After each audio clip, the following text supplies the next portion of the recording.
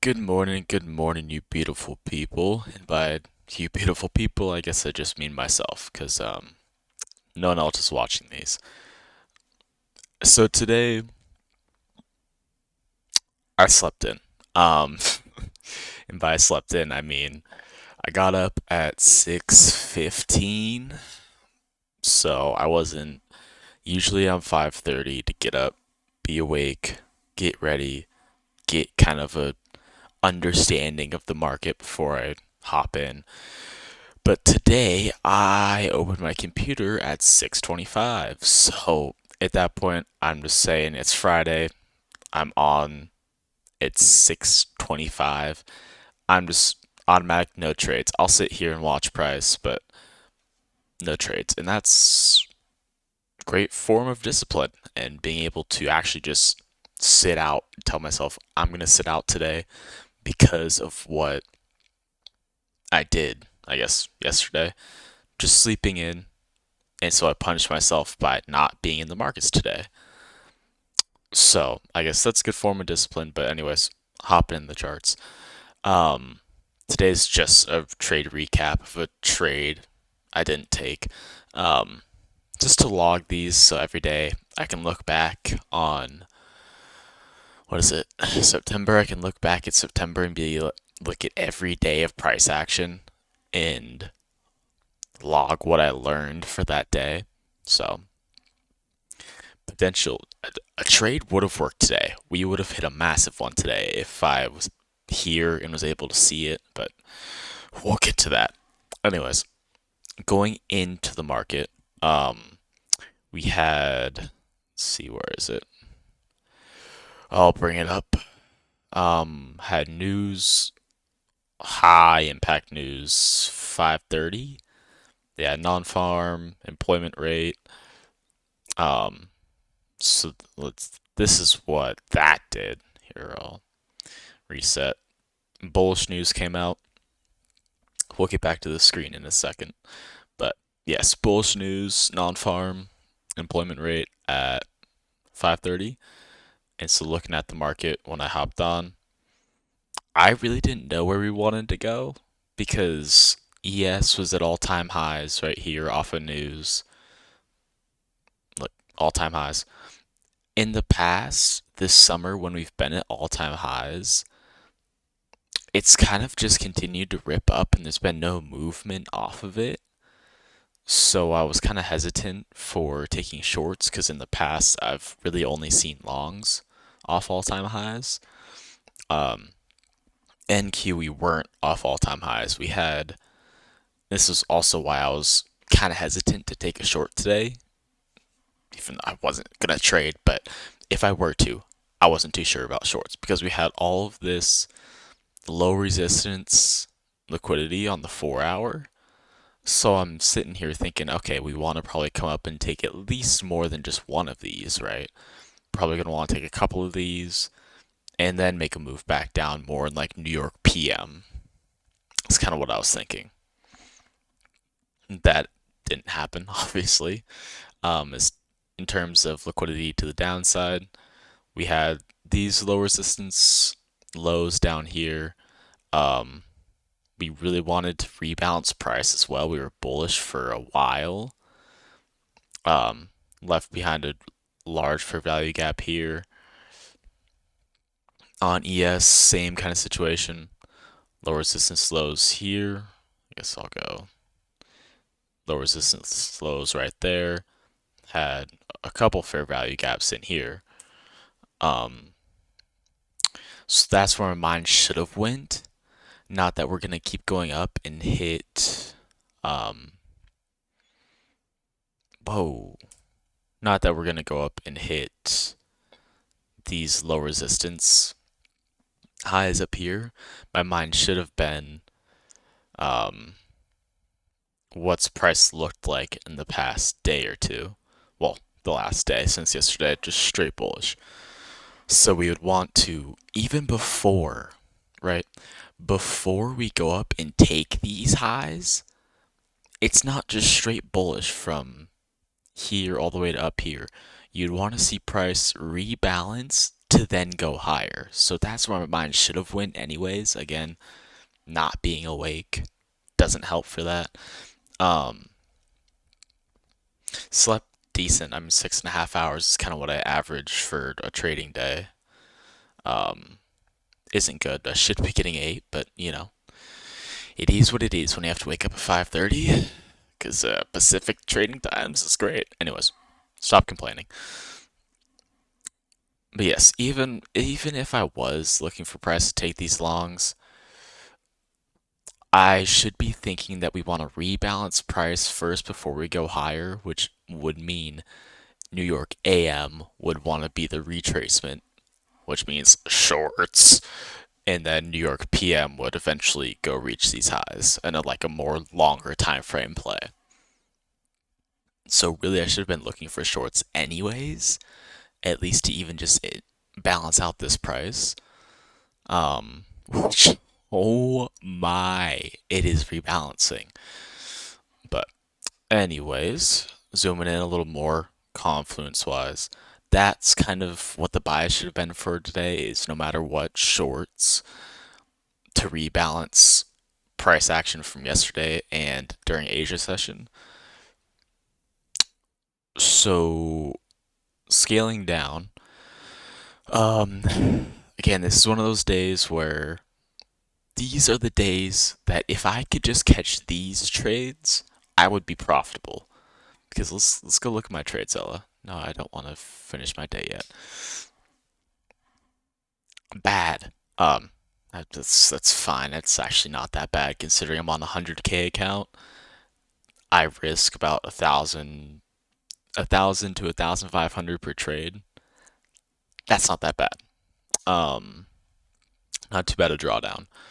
But like today, like this week, Monday, Labor Day, Tuesday, loss, Wednesday, no trade, Thursday, no trade. If I just hit this trade today, that more than cancels this out. That's probably like a $5,000 trade if I had to guess. Somewhere around there. Quick just overview of it. If it's a 3RR, risking 25%, so on my account that's 2,500.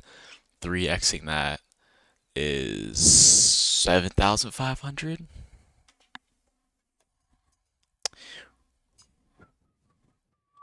2,500 times 3. Yep, I can do math.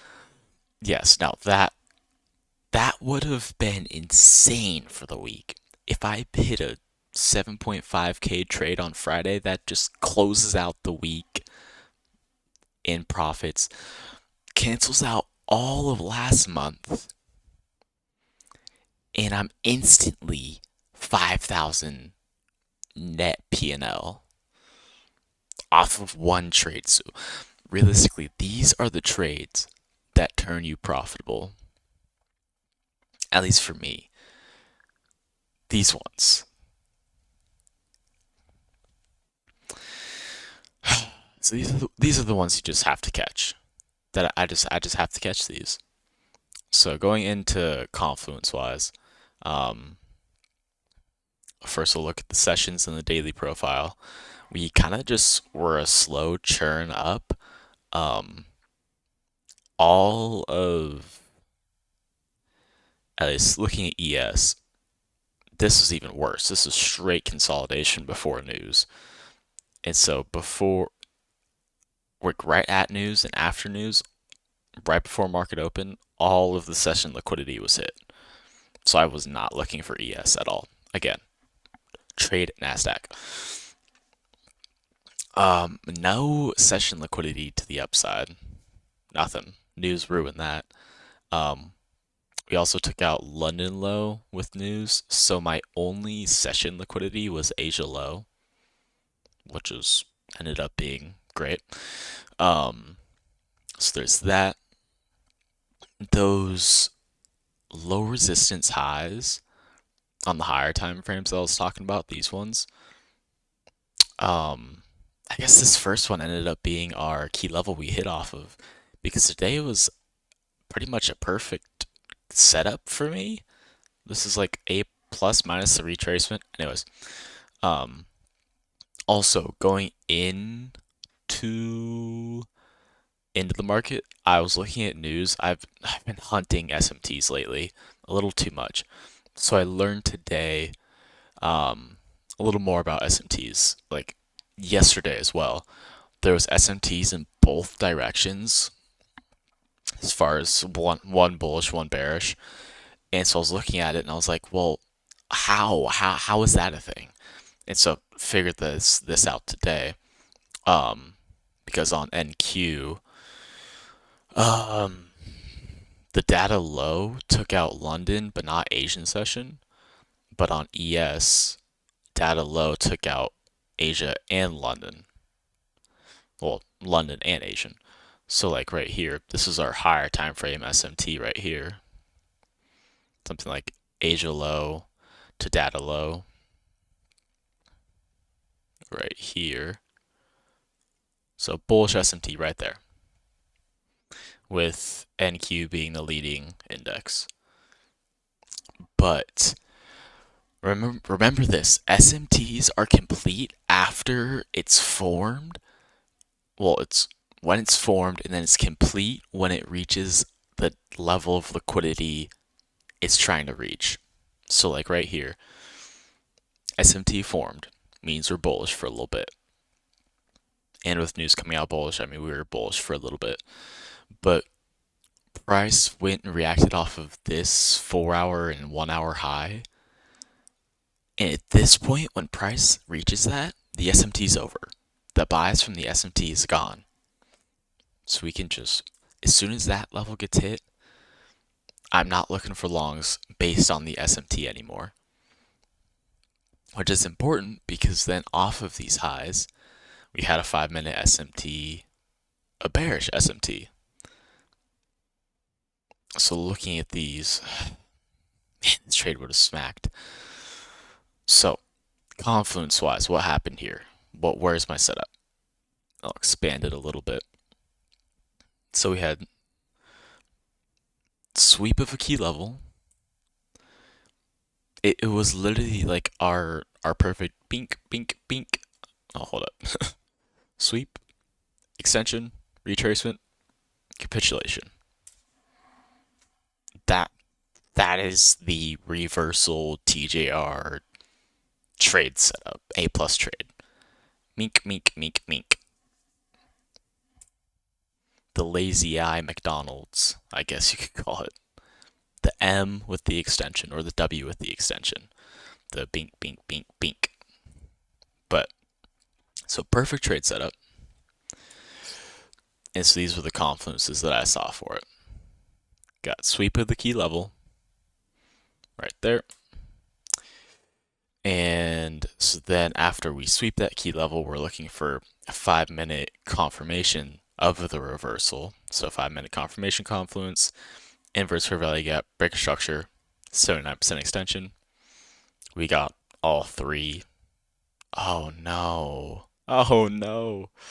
Here, I'll deal with that later. Yes, we got all three. Right here we got the 5 minute breaker structure off this low right here. 5 minute breaker structure, you could have also done inverse fair value gap. Probably 79% extension as well. Maybe not, we'll see. Not 79%, but anyways. You got 5 minute breaker structure. That's your 5 minute confirmation confluence. Now you're looking for the 5 minute retrace for the continuation confluence. Fair value gap, equilibrium, order block, breaker block. I was kind of confused on the order block, breaker block here. I get that a lot. I get confused on the order block and breaker block quite a bit. Hold on.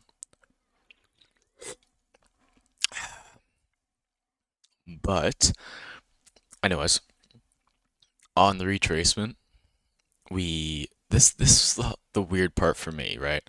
So on this extension, the retracement, I have a couple brain cells to my name, so I mark this fair value gap But we inversed it. So I was like, well, okay, I guess we're not going lower. Um, but realize just because one of your, especially on continuation confluences, just because one of them gets disrespected doesn't mean that price won't go in that direction. That I would say in this case, like when the fair value gap gets inversed, it doesn't fully knock off the trade, it just lowers the probability. I guess that's how you can think about it. So we inverse that, so I get rid of it. I do draw equilibrium off this, and so we more than well tap into equilibrium.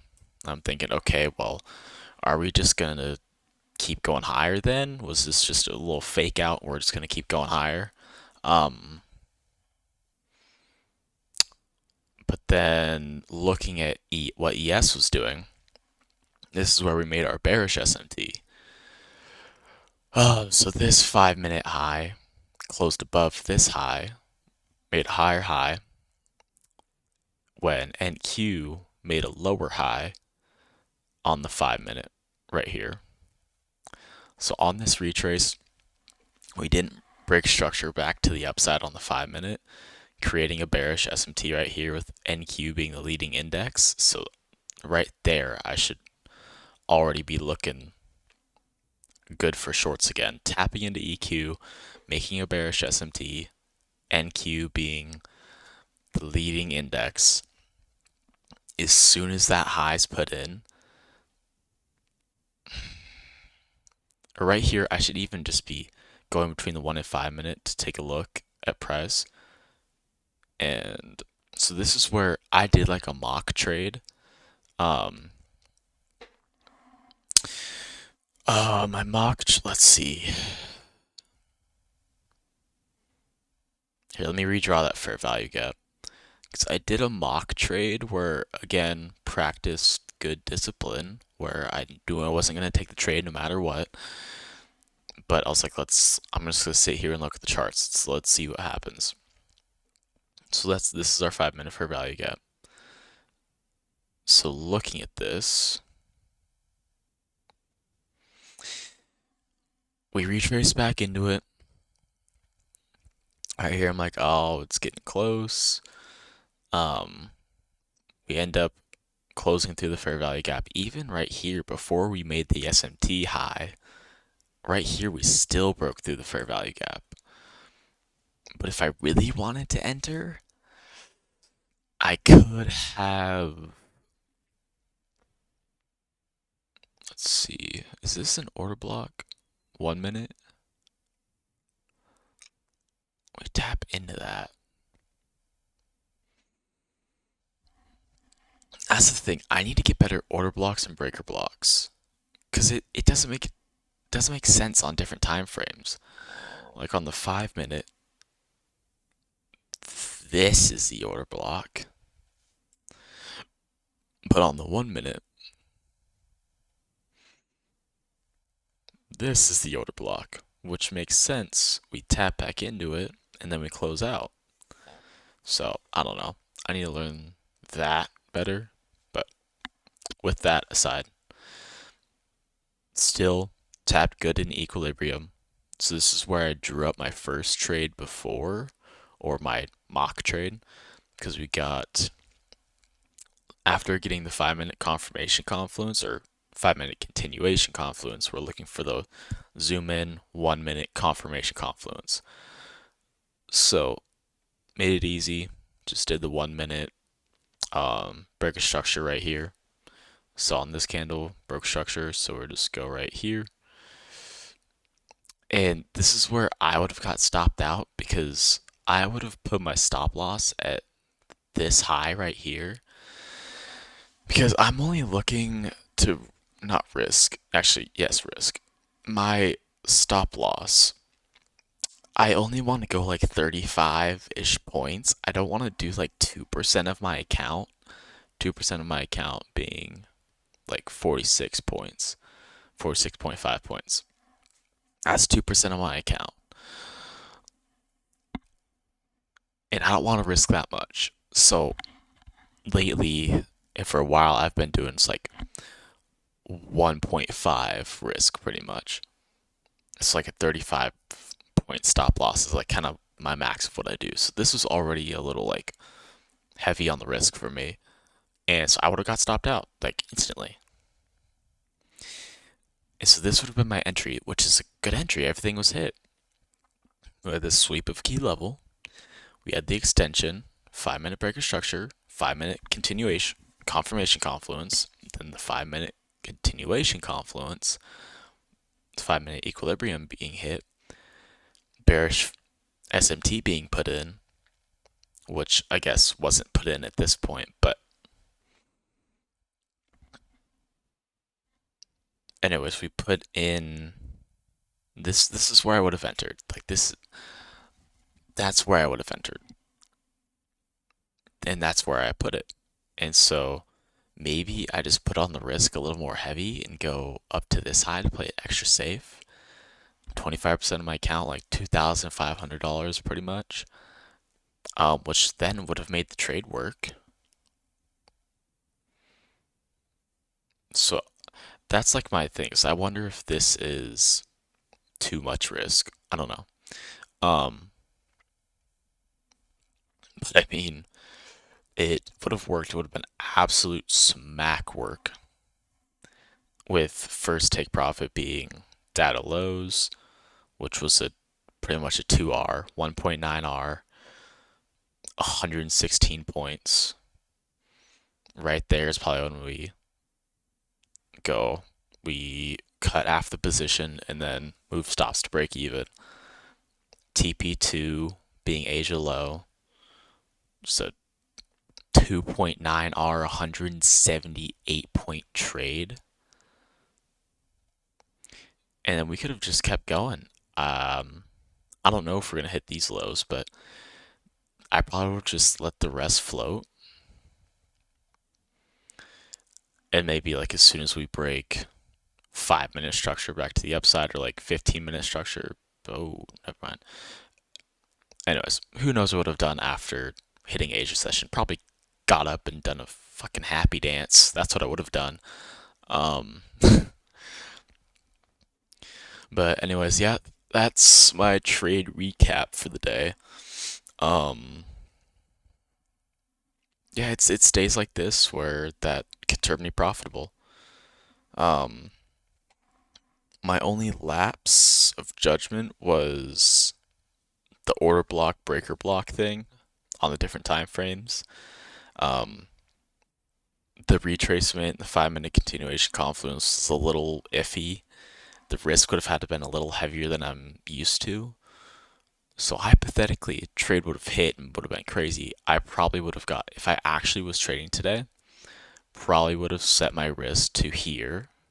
It probably got stopped out and then watch price go all the way down. But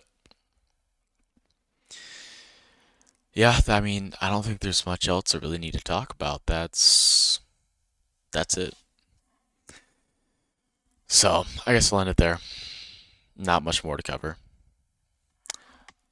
See ya.